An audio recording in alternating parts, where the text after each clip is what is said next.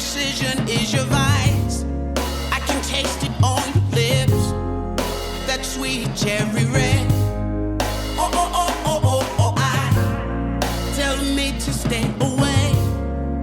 You're dangerous at play and quick to turn and run. In my mind, never faced a day. But if there's a girl who can change my world, it's you. Next up on Soulversations, we have my man, multi-talented Zoe. A prolific producer and part of the Foreign Exchange family, he has toured and featured with some of Soulversations alums like Cy Smith and Deborah Bond, but also with Joy, Carmen Rogers, Phonte, the list goes on and on. You'll hear all about it on the couch with performances by a very special guest, Tamara Wellons. Zoe's up next. I'm Russell Taylor. Soulversations, baby. Let's go.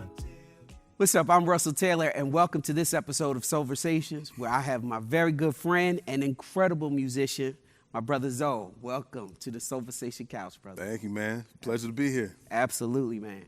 So listen, I know a couple of records that you have, at least one record that you put out recently that I love, but I want you to tell the people about it. What's up? Talk to us. Most recently, man, I did a collaborative album with my man, Tall Black Guy. Tall Black Guy is another producer. We're in the same lane. We're from the same area. He's from Detroit, too. Both from Detroit, yeah. So it's wild because, we didn't know each other when we lived in Detroit. Ended up, collaborating much later on, as recent as 2 years ago, not even, and, put out this record that just, kind of even blew us away. Smells just like Detroit, too. Hey, man. So how would you say that Detroit, and shout out, what's the name of that record? What's the title? It's called Abstractions. There we go. Abstractions available on all of your platforms where you access music. Yes, indeed. So with that sound, though, can you talk to me about the Detroit sound? What's special about Detroit sound? Detroit has like a base of grit. It's an old city. It's a very cultured city. It's a rich city. It's a black city. So everything that we put out. Hold on, pause. It's a what city? Black? It's a black city. Blackity, black black city. Okay, yes. I just wanted to underscore that. Absolutely. So everything we put out highlights all of that. Underneath that grit, you still got the harmonies. You still got the prettiness. You still got the architecture. The architecture's killing. Yeah, man. So, you got we'll have like the hard drums, but then we're playing pretty chords over top of it. And that's what makes it Detroit, to me, anyway. So, you got house music, also Detroit. Yeah. And then techno music. Yeah, oh, you know what? Techno Raised came out in Detroit. Back in the day, I heard about a couple of those. Yeah. And Motown, how can you forget Motown? Yeah. So we know that, I know, and the people are learning about so you got the Detroit Foundation, but you've been in D.C. for some time as well. Yep. I moved to Silver Spring in 2006. Matter of fact, ironically, it was the day Dilla passed. So February 10th, 2006, I moved to Silver Spring. So I've been here a little over 15 years.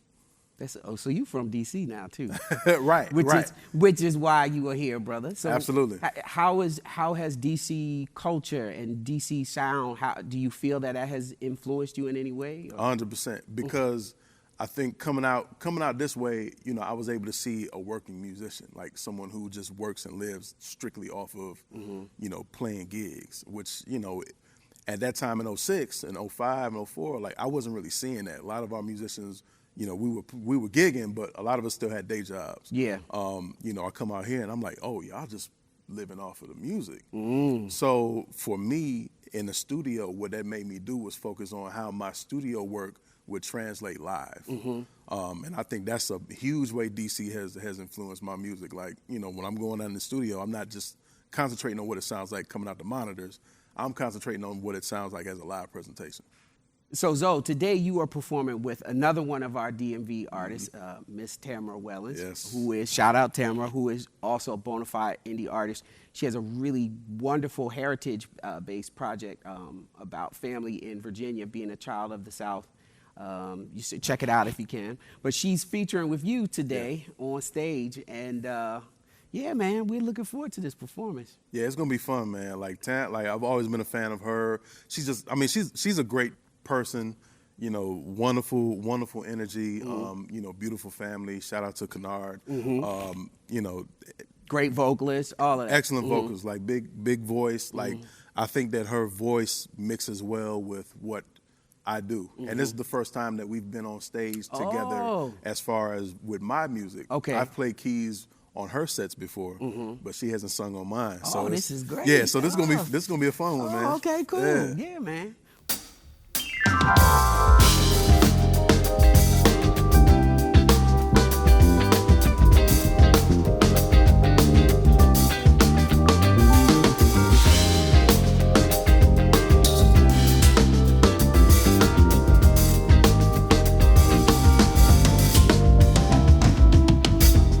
The night has turned to day, my love,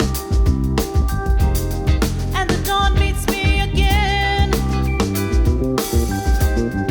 Missed another evening of your loving, babe, and I really need a friend.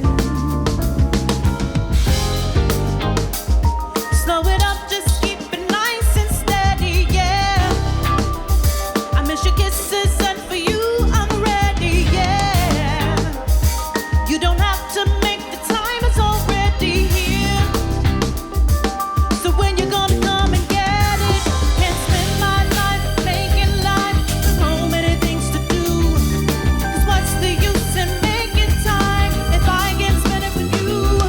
Got money to make and bills to pay, but baby I'm overdue. Make the time, love.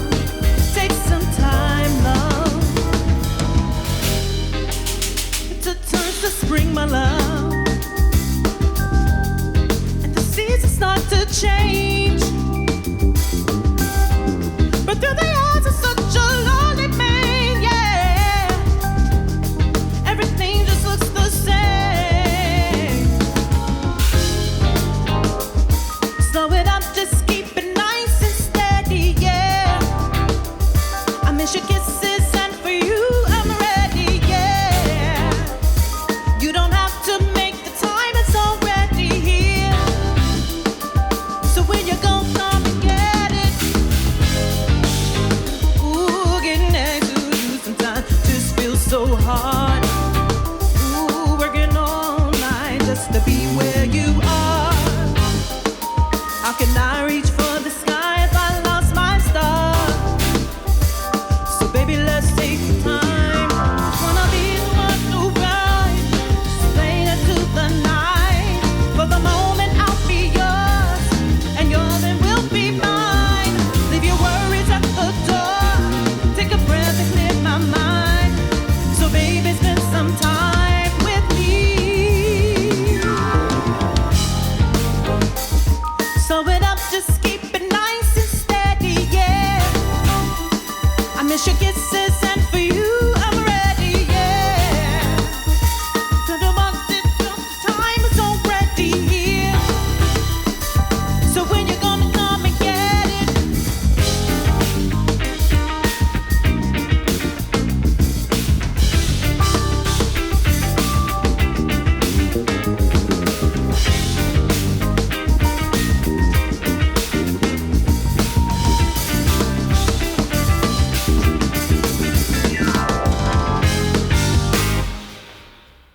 So Zoe, I wanted to talk to you about your musical DNA. If you could describe what makes you the artist that you are, what would that be? It came directly from my parents. My father was a guitarist. He played guitar. He was a physician. He was a doctor, but he was a guitarist first. My mother played piano in church. So, music was in the house. The difference between, I think, my upbringing and a lot of our folks' upbringing was, a lot of times when we grow up, our parents wouldn't let us touch that record collection. My parents let me go all through the record collection. So as a kid, and like my record collection now is based off of theirs. Like that's my foundation.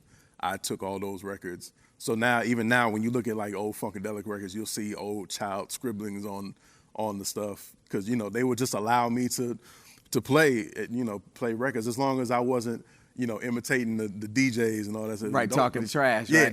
don't be scratching on my records, like that type of thing. But as long as I was just taking it and carefully placing it on there, putting the needle. Like I could play whatever I wanted, except like Richard Pryor and Red Fox records, which I would sneak off and do, Right, you know. we all did with those. But my first record, it's funny you said Funkadelic. My very first record that I owned was bought for me was a Funkadelic record.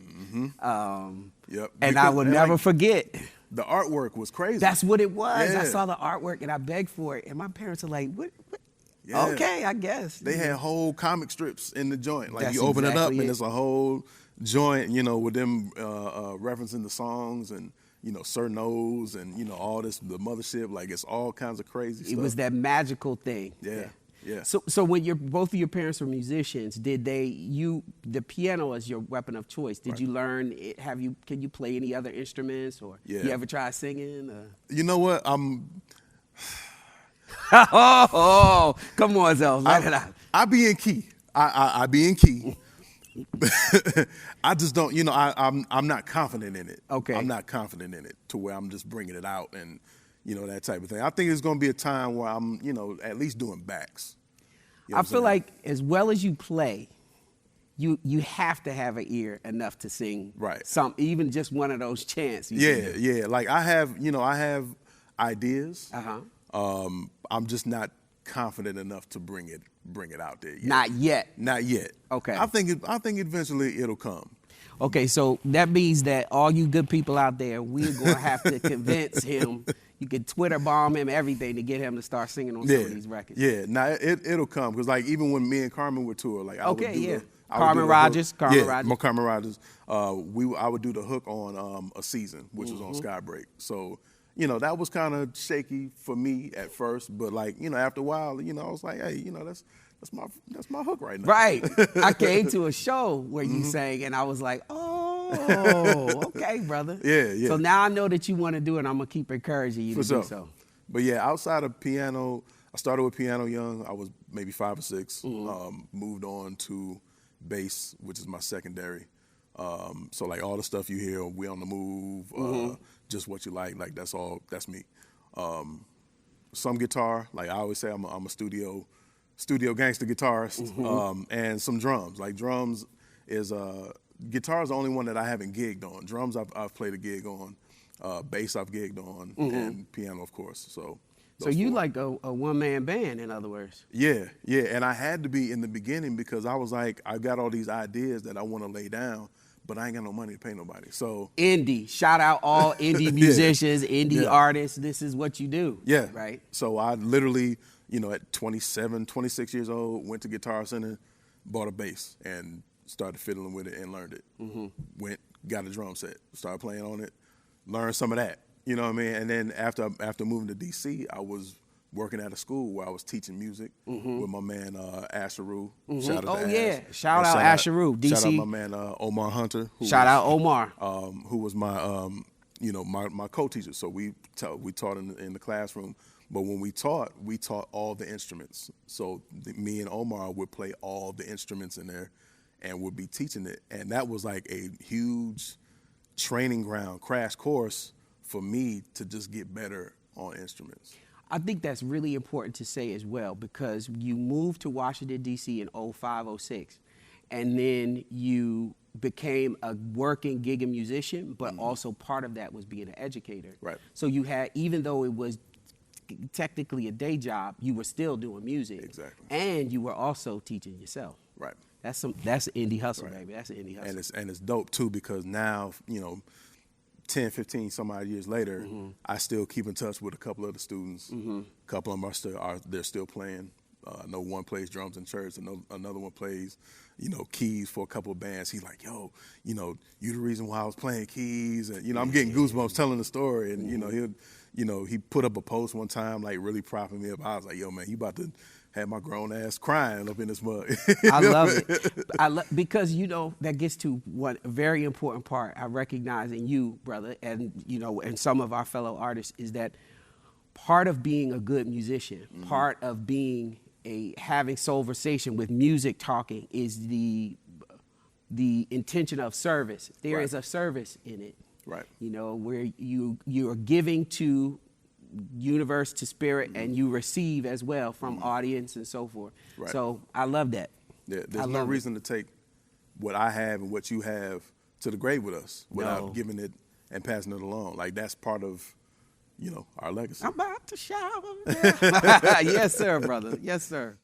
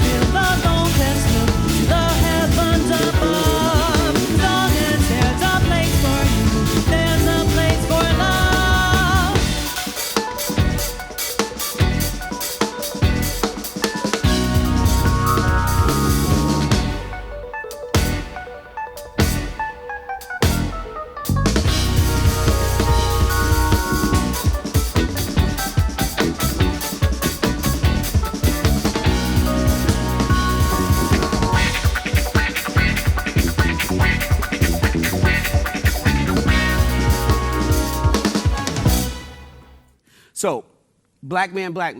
I wanted to talk to you. We're still kind of in the middle of the world after pandemic, or in the midst of, and I wanted to talk to you about how did you take care of self? You know, it was interesting because in the beginning of the pandemic, I wasn't. You know, at that point, we saw all live shows cut off. We saw all work, you know, it was just a work stoppage. And it was just like, okay, what do I do? Because these bills ain't stopping. No. And at that point, it was just like, okay, I'm about to drink. Okay, I'm about to eat whatever. Okay, it's about to be. And you time. could cook too. Yeah, so. exactly, exactly. So at the beginning of the pandemic, I was like, man, whatever. Like, because you know, I'm, you know, at age 43 or 42 or 41 back then, it's like, you know, as adults, we just want to be happy. You know what I'm saying? Like at a certain point in your life, when you just realize, like, yo, man, I just want to be happy through this thing. And so that's what I was doing to keep myself happy. But after going to the doctor, but after going to the doctor and seeing the damage you had done, it was like, okay, I need to 180 this thing. And so what I ended up doing was just cold turkey. Just, you know, I had to flip my whole diet. Start cooking more for myself, start cooking more plant-based, going on walks. That was one of my big things, because walks for me, that's me time. And you go on a walk, I throw on a podcast, I turn my ringer off. So it's just like, you know, an hour and a half, you know, I'm getting 4 to 6 miles in. So for myself, but I'm also cutting myself off for a second, where I just, you know, it's just me. Reset, meditation. Exactly, exactly. And I think that's super important because, you know, as horrible as this pandemic is, it did allow me to sit down and pause. Whereas if this pandemic didn't happen, I still would have been doing the same thing. Yeah. And that wouldn't have been good. So, you know, I call it a life audit. Word. You sit, you know, you get to sit down, you really get to look at yourself in the mirror, and, you know, you start to clean up. I like that, life audit. I think a lot of us did. Now, we may not have come to the same healthy process of getting there, but I think a lot of us were forced, particularly musicians, we were forced to be like, okay, what is this all about? Why am I in this? And how do I take care of myself? Because when you're always on the run, it's very, you know, you're tired, but you push through because this is your living. You know? Right. So, and you're not thinking about it because that's your norm. Right. And then when you have a new norm to where it's just like, okay, well, this is resetting, let me reset also. And I don't know if this was the same for you, but for me, I realized I'm not missing anything. Like, I mean, when the world opens up, I get back to work, but if I'm shut down to take care of myself, I'm not missing anything. I think that's important for people in the arts, in the creative space, for us to pay attention to. And to be honest with you, I wasn't missing touring for a little while. Actually, neither was I. Because, you know, touring beats you up. It does. And you eat like crap. Yep. You don't sleep. Yep. And you stressed out. Absolutely. Especially when you're indie, because you're running 17 different things. So yeah, I feel good. I'm ready to go though. Yeah, no, it's time now. Right. But in 2020, most of 2020, I was like, I'm cool. I'm gonna find a different way to do this. Speaking of which, you got some stuff coming up, right? In 2022, we can be looking for you. Yeah. So we're me and Tall Black Guy will be starting a tour. We're starting to get some. And I heard you got a new set too. Like it's you because he's a DJ, right? Yeah. So you know, it's a different. Like the 3 shows that we've done already has basically been 2-man shows, and we've had Deborah Bond. Shout out to Deborah. Shout out to Deborah, who was I love Deborah, man. And she, you know, she's such a performer. So she's, you know, out front. So, you know, I'm going back and forth between keys and bass. And Tall Black he's on Ableton. So he's manipulating the show. Everything is live. So he's adding stuff, taking stuff away. Man. And it's really crazy because, like, I don't think a lot of the crowd understands that. But it's like, you know, we on stage like bugging out, and the crowd's looking like trying to figure out what's going on because it's, you know, it's not really a conventional show. Right. So when we go out next year, I think we're gonna, we may enhance some things here and there. I love it, and it's something different for you as well. Absolutely. And isn't that the goal? Keep innovating, 100%. keep challenging, changing. Yeah, it's dope. Because why come out of the pandemic doing the same thing you was doing before? You know what I'm saying? I feel it. I'm looking forward to that too. Yeah. I'm sure everybody is actually. Yeah. Well, I have another question for you. What is, let's say, we fast forward to 2055, 2060, where you'll only be 52, of course, Right. Right. And you're sitting with your grandkids and you're talking about life and you're explaining what your legacy is with pride. What does that look like for Zoe? A couple things. I want them to know that I did it my way, number one.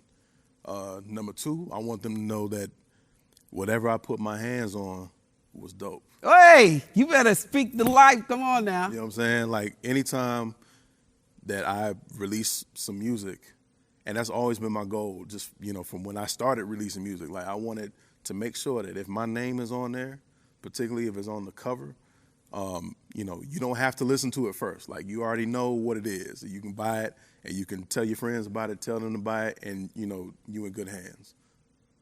My man, that's solid. I love it. Brother Zoe, thank you so much for hanging out with Soulversations on the it's couch. been a pleasure, man. Man, this show, this lineup, these tunes. I You got some appreciate killers you. on here, bro. Man, I appreciate you. Stay tuned, Soulversations, for Zoe's performance. He is one amazing artist. Stay tuned. Soulversations, I'm Russell Taylor. Let's go.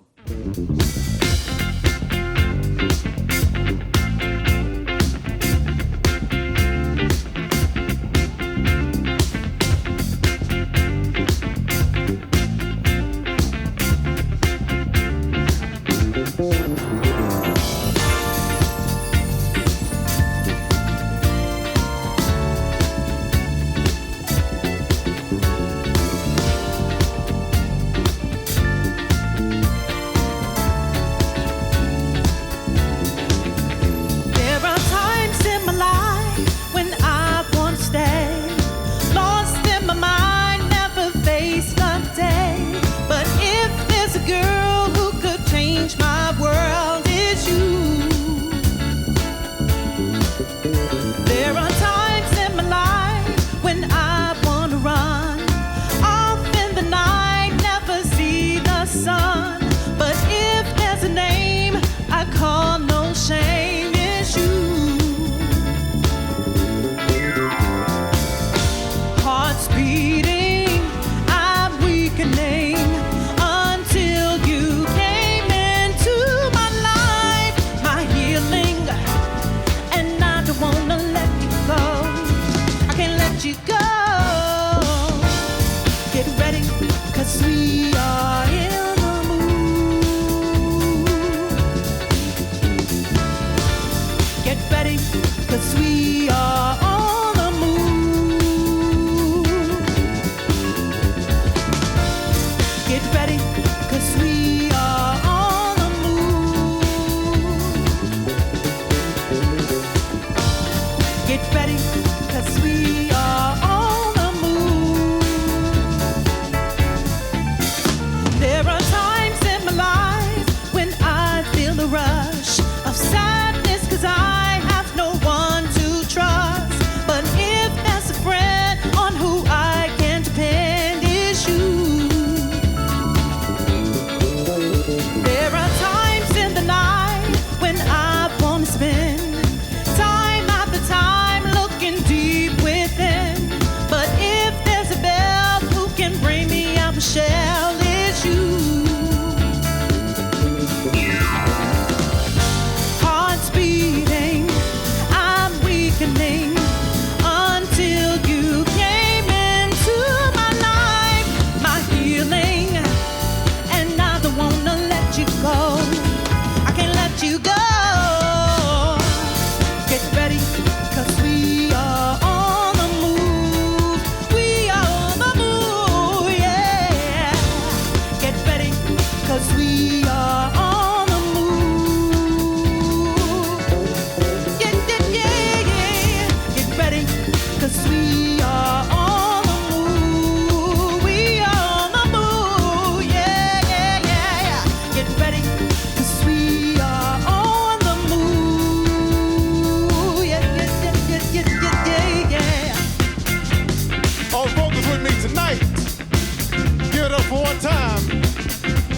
lovely Miss Tamara Wellons.